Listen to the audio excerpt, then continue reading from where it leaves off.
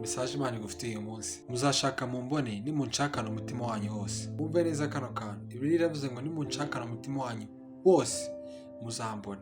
Ntabwo Imana ikwiriye igice cy'umutima wacu, ahubwo ikwiriye umutima wacu wose. Uzarebe iyo umuntu akunda umuntu cyangwa se yahaye umuntu umutima we wose, ngo ni ukuvuga abantu bakundana, nta kintu na kimwe atamukorera, nta kintu na kimwe atifuza gukora kugira ngo umuntu yishime. Ndetse rimwe na rimwe hari n'ibintu abantu bakundana bakora bakavuga ati bariya abantu barasaze, nyine kubera yuko bo baba babona ntacyo bitwaye kuko baba bikoreshwa n'urukundo, kuko bumva ko nyine bari kubikorera abantu bakunda.